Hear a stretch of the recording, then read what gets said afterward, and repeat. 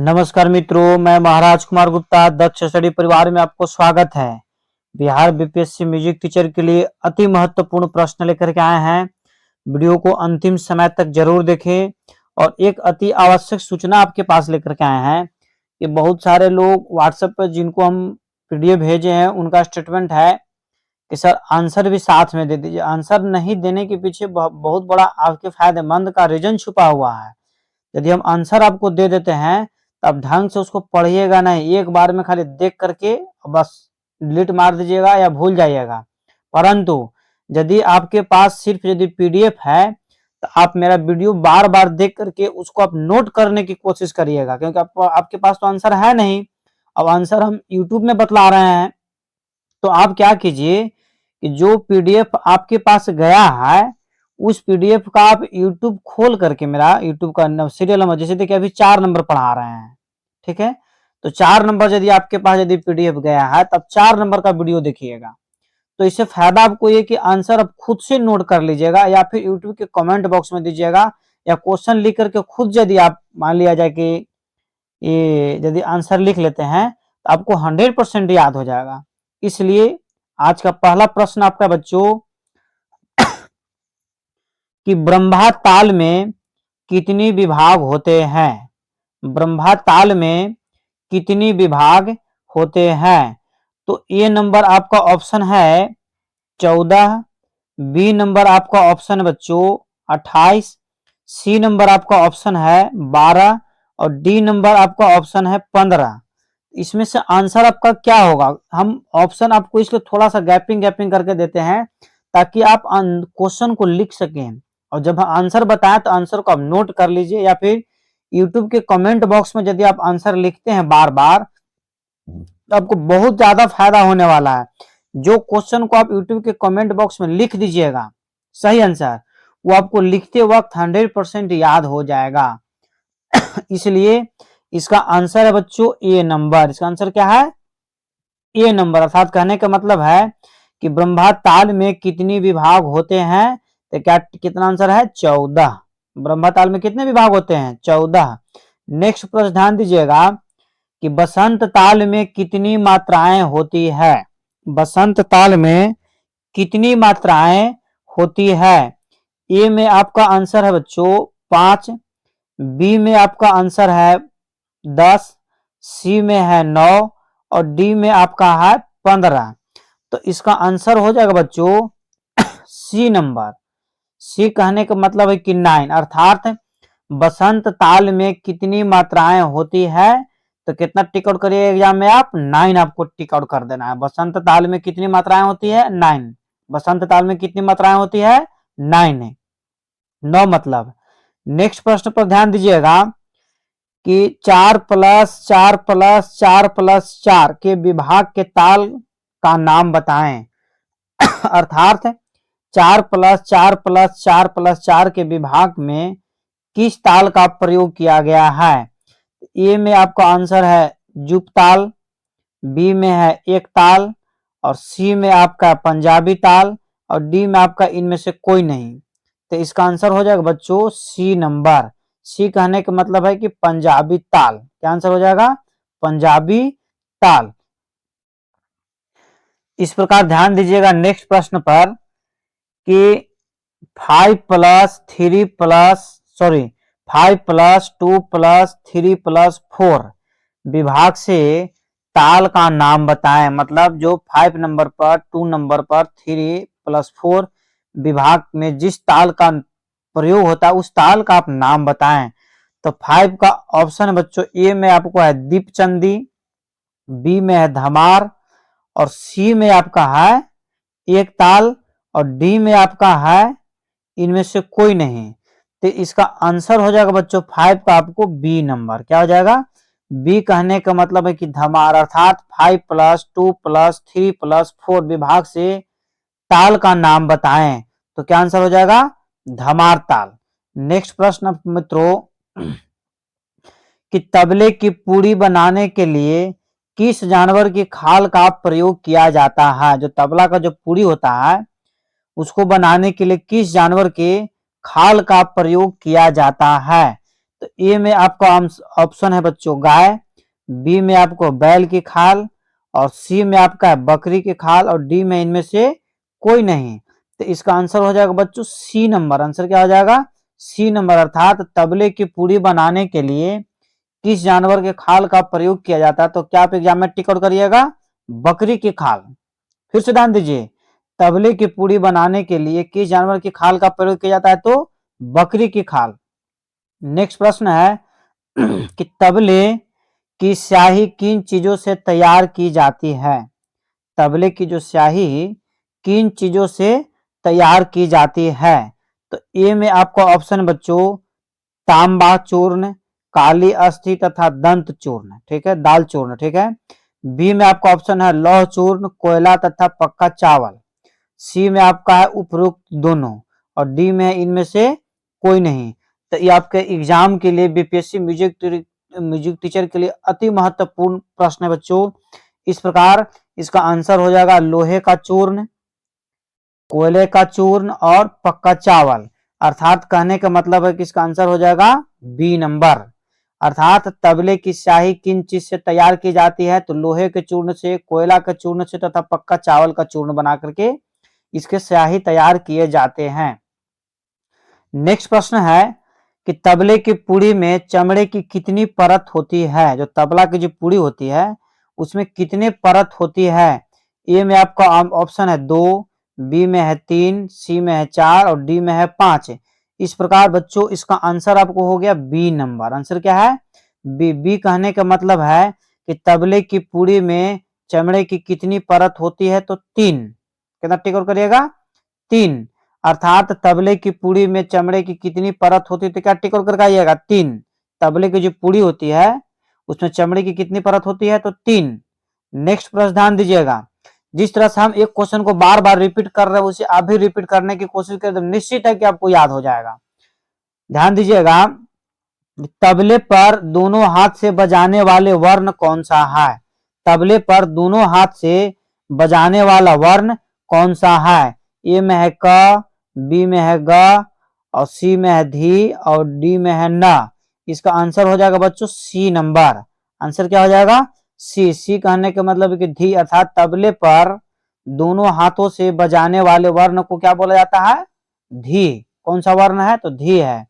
Next प्रश्न मित्रों कि परण क्रिया के की इस विद्या से संबंधित है, मतलब परण क्रिया किस विद्या से संबंधित है? ए में आपका ऑप्शन है गायन, बी में है तबला, डी में है नृत्य, और सी में है नृत्य, और डी में आपका सितार। इस प्रकार इसका आंसर हो जाएगा बच्चों बी नंबर। क्या हो जाएगा? बी। अर्थात तबला इसका सही आंसर है, तबला, ठीक है। अर्थात कहने का मतलब है कि परण क्रिया किस विद्या से संबंधित है? तो क्या टिक आउट करिएगा? तबला, तबला, ठीक है। नेक्स्ट प्रश्न पर ध्यान दीजिएगा कि ताल गति के लिए कितने ग्रह बताए हैं? ताल गति के लिए कितने ग्रह बताए हैं? तो ए में आपका है 4, और बी में आपका है 3, और सी में है 2, और डी में आपका है 1। अब समझिए इसका क्या आंसर होगा। फिर से ध्यान दीजिएगा, ताल गति के लिए कितने ग्रह बताए गए हैं? तो इसका आंसर हो जाएगा मित्रों 4। 4 कहने का मतलब है कि ए नंबर। अर्थात ताल गति के लिए कितने ग्रह बताए गए हैं? तो कितना टिक करिएगा? 4। नेक्स्ट प्रश्न बच्चों कि ताल के कितने प्राण हैं? ताल के कितने प्राण हैं? आपके बीपीएससी म्यूजिक टीचर के लिए अति महत्वपूर्ण प्रश्न है। ए में आपका है 5, बी में आपका है 10, डी में आपका है 12, सी में है 12, और डी में आपका है 15। इस प्रकार ताल के कितने प्राण है, और यदि आपका एग्जाम में आ जाएगा तब 10 टिक आउट करके आइएगा। अर्थात बी नंबर इसका आंसर क्या है बच्चों? सही है। नेक्स्ट प्रश्न मित्रों कि ताल की कितनी जातियां बताई गई है? अर्थात ताल की कितनी जातियां होती है? ये स्टेट में आपको पूछा जा चुका है। ये स्टेट में आपको पूछा जा चुका है कि ताल की कितनी जातियां हैं। तो इसका ऑप्शन नंबर ए आपका है 1, बी में है 5, सी में आपका है 7, और डी में आपका है 3। अर्थात ताल की टोटल 5 जातियां हैं। अर्थात इसका आंसर क्या हो जाएगा? B number. क्या हो जाएगा? बी। ताल की कितनी जातियां हैं? तो 5। नेक्स्ट प्रश्न मित्रों, रावण हत्थावाद किस श्रेणी में आता है? रावण हत्थावाद किस श्रेणी में आता है? तो ए में आपका है तत्, बी में आपका है अवनद, सी में है धन और डी में है सुशील। इस प्रकार बच्चों इसका आंसर जो आपको हो जाएगा ए नंबर आंसर हो जाएगा। क्या हो जाएगा? ए कहने का मतलब है मित्रों कि तत्, तत्, ठीक है। यहाँ थोड़ा सा तत् गलती लिखा गया, अर्थात लिखा है, ध्यान दीजिएगा। नेक्स्ट प्रश्न आपका है कि हुड्डा किस श्रेणी का वाद्य है? हुड्डा किस श्रेणी का वाद्य है? ए में आपका ऑप्शन है बच्चों तत्, और बी में आपका है अवनद, और सी में है धन, और डी में आपका है सुशील। तो इसका ऑप्शन आंसर हो जाएगा बच्चों आपको 15 का आंसर हो जाएगा बी नंबर। बी कहने का मतलब है कि अवनद है। हुड्डा किस श्रेणी का वाद्य यंत्र है? तो अवनद श्रेणी का, याद रहेगा ना। नेक्स्ट प्रश्न पर ध्यान दीजिएगा कि तानपुरा के दोनों षड्ज के तार किस सप्तक से मिलाए जाते हैं? ध्यान दीजिए, तानपुरा के दोनों षड्ज के तार किस सप्तक से मिलाए जाते हैं? तो ए में आपका है अति मंद, बी में आपका है मंद, और सी में आपका है मध्य, और डी में आपका है बच्चों तार। तो इसका आंसर आपको हो जाएगा 16 का सी नंबर, अर्थात मध्य है। क्या इसका आंसर हो जाएगा? मध्य। नेक्स्ट प्रश्न पर ध्यान दीजिएगा कि दिलरुबा में मुख्य तारों की संख्या कितनी होती है? अति महत्वपूर्ण प्रश्न है बच्चों आपका ही। दिलरुबा में मुख्य तारों की संख्या कितनी होती है? तो ए में आपका है 3, बी में है 7, सी में है 4 और डी में है 5। बताइए क्या आंसर होगा?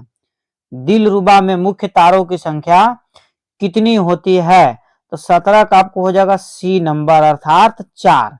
यदि इसको मेरे साथ अब याद करिए, दिलरुबा में मुख्य तारों की संख्या कितनी होती है? तो 4।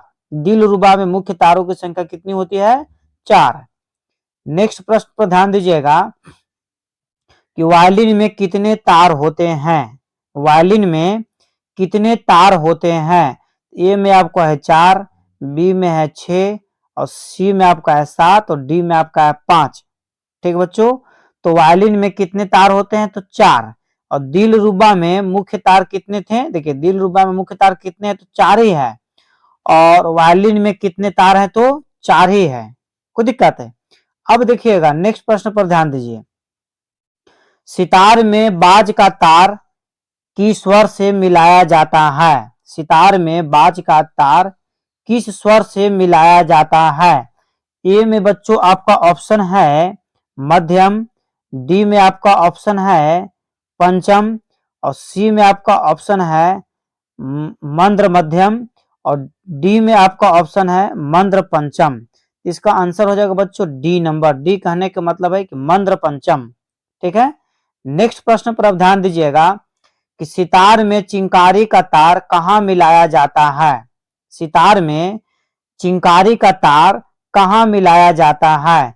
ए में आपको है तार षड्ज, बी में है पंचम, सी में है मंद्र षड्ज और डी में इनमें से कोई नहीं, अर्थात इसका आंसर हो जाएगा बच्चों ए नंबर। ए कहने का मतलब है कि तार षड्ज। क्या आंसर है?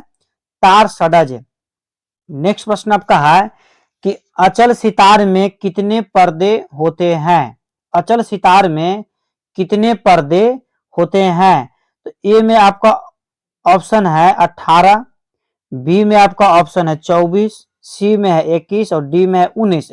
इसका आंसर है बच्चों डी नंबर। डी कहने का मतलब है कि 19, अर्थात एक बार फिर मेरे साथ बोलिए, अचल सितार में कितने पर्दे होते हैं? तो 19। अचल सितार में कितने पर्दे होते हैं? तो 19 है। नेक्स्ट प्रश्न पर ध्यान दीजिएगा, चल थाट के सितार में पर्दों की संख्या कितनी है? चल थाट के सितार में पर्दों की संख्या कितनी है? 15 से 17 कि 16 से 19 कि 20 से 21 कि 21 से 22? बताइए आंसर क्या होगा? इसका आंसर हो जाएगा बच्चों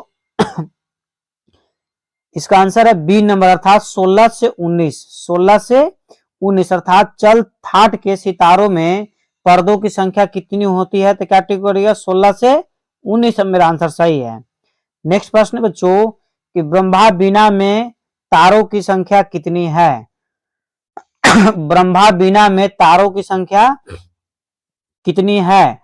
ए में आपको हो जाएगा 4, बी में हो जाएगा 5 और सी में है 6 और डी में है 7। अब बताइए क्या इसका आंसर होगा? इसका आंसर हो जाएगा बच्चों 6। 6 कहने का मतलब है कि सी नंबर, अर्थात ब्रह्मा बीना में तारों की संख्या कितनी है? तो 6। ठीक है, नेक्स्ट प्रश्न पर ध्यान दीजिए कि सितार आलाप जोड़ तथा झाला वादन के पश्चात कौन सी गत बजाई जाती है? कौन सी गत बजाई जाती है? ठीक है, ध्यान दीजिए कौन सी गत बजाई जाती है। ए में आपका है रजा खानी गत, बी में है द्रुत ख्याल, डी में है विलंबित ख्याल और डी में आपका है मसीत खानी गत। मसीत खानी, इसका आंसर है बच्चों डी नंबर। डी कहने का मतलब है कि मसीत खानी गत। नेक्स्ट क्वेश्चन है बच्चों कि नारद द्वारा प्रयोग की गई बीना को किस नाम से जाना गया है? अर्थात नारद भगवान जिस बीना को प्रयोग करते थे उस बीना का क्या नाम था?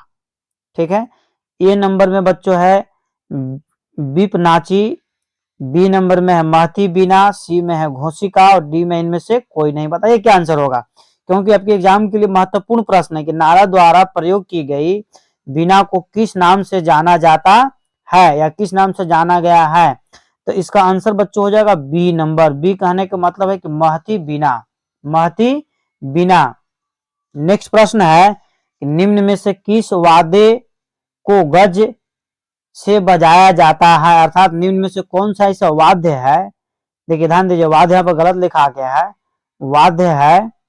ठीक है, निम्न में से कौन सा ऐसा वाद्य है जिसको गज के द्वारा बजाया जाता है? तो इसका ए में है सरोद, बी में है रुद्र बीना, सी में आपका इसराज और डी में बच्चों आपका है सितार। तो इसका आंसर हो जाएगा सी नंबर। सी नंबर कहने का मतलब है कि इसराज। सी नंबर कहने का मतलब क्या है? इसराज। नेक्स्ट प्रश्न मित्रों कि नकुली बीना में कितने तार होते हैं? बहुत महत्वपूर्ण प्रश्न आपका है कि नकुली बीना में कितने तार होते हैं? ध्यान दीजिएगा, नकुली बीना में कितने तार होते हैं? तो ए में है आपका 2, बी में है आपका 3 और सी में है 4 और डी में है 5। बताइए क्या आंसर होगा? इसका आंसर हो जाएगा 2, अर्थात नकुली बीना में कितने तार होते हैं? तो 2, अर्थात ए नंबर इसका आंसर क्या है? सही है। नेक्स्ट प्रश्न पर बच्चों ध्यान दीजिएगा कि एक तंत्री बीना को अन्य किस नाम से जाना जाता है? एक तंत्री बीना को अन्य किस नाम से जाना जाता है? तो ए में आपका आंसर बच्चों अल्पानी, बी में है घोषा और सी में है अमृत कुंडली और डी में है आडंबर। अर्थात इसका आंसर हो जाएगा बच्चों बी नंबर। आंसर क्या हो जाएगा? बी। अर्थात कहने का मतलब है कि एक तंत्री बीना को और अन्य किस नाम से जाना जाता है? तो क्या टिक आउट करिएगा? घोषा। क्या आंसर हो जाएगा? घोषा। नेक्स्ट प्रश्न पर ध्यान दीजिएगा कि अल्पानी बीना में कितने तार होते हैं? अल्पानी बीना का अन्य नाम है घोषा, परंतु यहाँ पर प्रश्न अगला है कि अल्पानी बीना में कितने तार होते हैं? ए में आपका ऑप्शन बच्चों 3, बी में आपका ऑप्शन बच्चों 4 और सी में आपका ऑप्शन है 5 और डी में है 8 है। बताइए क्या आंसर होगा? अर्थात अल्पानी बीना में कितने तार होते हैं? तो ए नंबर टिक आउट करेंगे, अर्थात 3। अल्पानी बीना में कितने तार होते हैं? तो 3। अल्पानी बीना में कितने तार होते हैं? 3। नेक्स्ट प्रश्न पर बच्चों ध्यान दीजिएगा कि कछपी बीना में कितने तार होते हैं? कछपी बीना में कितने तार होते हैं? ए में आपका ऑप्शन है 1, बी में है 2, सी में है 3 और डी में है 4। इसका आंसर हो जाएगा बच्चों बी। कछपनी कछ सॉरी कछपी बीना में कितने तार होते हैं? तो कितना होते हैं? 2। कितना कितना आंसर हो जाएगा बच्चों? 2। कछपी बीना में कितने तार होते हैं? तो 2। नेक्स्ट प्रश्न मित्रों कि विचित्र बीना में मुख्य तारों की संख्या कितनी है? अर्थात विचित्र बीना में मुख्य तार कितने होते हैं? तो इसका ए में है 4, बी में ऑप्शन आपका है बच्चों 6 और डी में आपका ऑप्शन है 8 और सी में है 8 और डी में आपका है 10। डी में कितना है? 10 है। अर्थात विचित्र बीना में मुख्य तारों की संख्या कितनी होती है, तो इसका आंसर हो जाएगा बच्चों 6। 6 कहने का मतलब है कि बी नंबर इसका आंसर सही है। अगला प्रश्न पर ध्यान दीजिएगा कि विचित्र बीना वादन के लिए निम्न में से किसकी आवश्यकता होती है।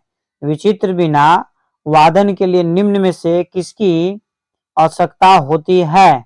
तो ए में आपको ऑप्शन बच्चों मिजराब बीन, बी में आपका है बट्टा और मिजराब, और सी में आपका है जावा और मिजराब, और डी में आपका है गज और मिजराब। इसका आंसर हो जाएगा बच्चों बी नंबर। बी नंबर कहने का मतलब है कि बट्टा और मिजराब, बट्टा और मिजराब। इसका आंसर क्या है, सही। अर्थात फिर से एक बार मेरे साथ बोलिए, विचित्र बीना वादन के लिए निम्न में से किसकी आवश्यकता होती है, तो बट्टा और मिजराब। नेक्स्ट प्रश्न है कि विचित्र बीना को अन्य किस नाम से जाना जाता है। विचित्र बीना को अन्य किस नाम से जाना जाता है। तभी तुरंत बच्चों हम इसका आंसर बताए थे, ध्यान दीजिएगा कि विचित्र बीना को जैसे किस बजाने के लिए और किसकी आवश्यकता होती है, तो बट्टा बीना और मिजराब बीना। ठीक है, तो वही यहाँ पर प्रश्न है कि विचित्र बीना को अन्य किस नाम से जाना जाता है। तो क्या आंसर हो जाएगा बच्चों इसका, बट्टा बीना। क्या हो जाएगा, बट्टा बीना। अर्थात इसका आंसर कितना होगा बच्चों, डी नंबर। आंसर कितना हो गया, डी नंबर इसका क्या है, सही आंसर है बट्टा बीना। ठीक है, बट्टा बीना इसका क्या है, सही आंसर है। विचित्र बीना का अन्य नाम क्या है, तो बट्टा बीना। नेक्स्ट प्रश्न पर आप ध्यान दीजिए कि तानसेन द्वारा रचित ध्रुपदों में कितने प्रकार के वाद्यों का उल्लेख है। तानसेन द्वारा रचित ध्रुपदों में कितने प्रकार के वाद्यों का उल्लेख है। ठीक बच्चों, तो ए में आपका है 3, बी में है 6, और सी में है 4, और डी में है 5। बताइए क्या आंसर होगा। इसका आंसर हो जाएगा बच्चों 34 का आंसर आपका सी नंबर, अर्थात 4। कितना आंसर है, 4। अर्थात कहने का मतलब है कि तानसेन द्वारा रचित ध्रुपदों में कितने प्रकार के वाद्यों का उल्लेख किया गया है, तो कितना टिक आउट करिएगा, 4। नेक्स्ट प्रश्न मित्रों कि सामगान के प्रचलित ऐसे वाद्य का नाम बताइए जिसके स्वर स्थिर थे और उसी के आधार पर बीना मिलाई जाती थी। बहुत महत्वपूर्ण प्रश्न आपका ही है। ठीक है, इसको बारीकी से फिर से ध्यान दीजिए। ए में आपका ऑप्शन है बच्चों बीना, बी में है बेनू, और सी में है कांड बीना, और डी में है तंजौरी बीना। बताइए इसका आंसर क्या होगा। ठीक है, इसका आंसर है मित्रों बी नंबर। बी कहने का मतलब है कि बेनू, वे नो। ठीक है, नेक्स्ट प्रश्न मित्रों कि संगीत रत्नाकर के अनुसार वाद्य के से बनाकर प्रकार हैं। ध्यान दीजिएगा, संगीत रत्नाकर के अनुसार वाद्य के कितने प्रकार हैं। यहाँ पर थोड़ा सा मिस्टेक लिखा गया है, इस सबको घबराना नहीं मित्रों। जैसे देखिए ये आपका गलत लिखा गया है, ध्यान दीजिएगा। यहाँ पर संगीत रत्नाकर के अनुसार वाद्य के कितने प्रकार हैं, बस इतना ही खाली होना चाहिए। ठीक है, ये जो है आपका गलत है। वाद्य के कितने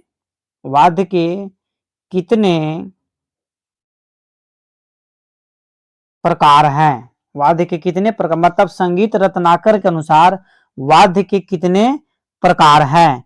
तो इसका आंसर हो जाएगा ए में है 3, बी में आपका है 4, और सी में आपका ऑप्शन है 6, और डी में आपका ऑप्शन है 5। इसका आंसर हो जाएगा मित्रों बी नंबर। क्या हो जाएगा, बी। अर्थात संगीत रत्नाकर के अनुसार वाद्य के कितने प्रकार हैं, तो कितना टिक करिएगा, 4। कितना सही आंसर है, 4। संगीत रत्नाकर के अनुसार वाद्य के कितने प्रकार हैं, 4। ठीक है, इसी तरीका का आप हमारे साथ जुड़े हुए रहें। भारत ने तत्वाद्य की वादन क्रिया के लिए किस शब्द का प्रयोग किया था। ध्यान दीजिएगा, भारत ने तत्ववादों की वादन क्रिया के लिए किस शब्द का प्रयोग किया था। आपसे रिक्वेस्ट है कि इसका आंसर आप यूट्यूब के कमेंट बॉक्स में गूगल से सर्च करके जैसे भी हो अवश्य दें। ऐसे इसका आंसर हम बता देते हैं। इसका आंसर हो जाएगा बच्चों धातु। क्या हो जाएगा, धातु डी नंबर इसका आंसर क्या है, सही है कि भारत ने तत्ववादों की वादन क्रिया के लिए किस शब्द का प्रयोग किया था, तो आंसर क्या हो जाएगा, धातु डी नंबर आपका आंसर क्या है, सही है। एक अति महत्वपूर्ण सूचना कि बिहार एसएससी का भी मैथ्स और रीजनिंग का क्लास स्टार्ट है। जो भी बच्चे ऑफलाइन और ऑनलाइन क्लास करना चाहते हैं वह आकर के क्लास में बात करें, या फिर मेरा व्हाट्सएप नंबर या फोन नंबर दोनों है आपको दिया हुआ। जैसे देखिए ये मेरा व्हाट्सएप नंबर आपका है, कॉल से भी बात हो सकता है, आप हमसे कांटेक्ट अवश्य करें, आपको हर तरीका से और हर संभव आपको मदद किया जाएगा। ठीक है, इस प्रकार आज का वीडियो जैसे यहीं पर समाप्त किया जा रहा है, परंतु एक बार आपसे रिक्वेस्ट है कि आप हमारे साथ जुड़े हुए जरूर रहें। और यह जो आपको सिलेबस है बिहार एसएससी का मैथ्स का सिलेबस है, किसका सिलेबस है, मैथ्स का सिलेबस है। बिहार एसएससी में मैथ्स आपका क्या क्या पूछेंगे, या फिर बीपीएससी में भी लगभग करीब करीब यही सब सिलेबस आपका रहेगा मैथ्स का, जो जनरल मैथ पूछेगा। इसलिए आप हमारे साथ जुड़े हुए रहें और मैथ्स का भी वीडियो आप हमारे साथ देखते रहे। बहुत सारा प्लेलिस्ट बना हुआ है, उसको आप इस्तेमाल करें। ठीक है बच्चों, और बिहार पुलिस का टारगेट बैच भी चल रहा है, ये तो काफी दिनों से स्टार्ट है। आप हमारे साथ जुड़े, आपको यथासंभव मदद किया जाएगा।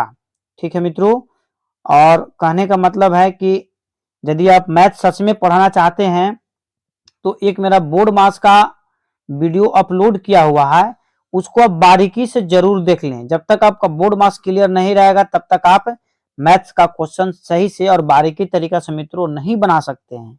ठीक है, इस प्रकार म्यूजिक के लिए प्रत्येक दिन आपको वीडियो अपलोड किया जाएगा, आप हमारे साथ जुड़े हुए रहें। ठीक है, तब तक के लिए जय हिंद, जय भारत।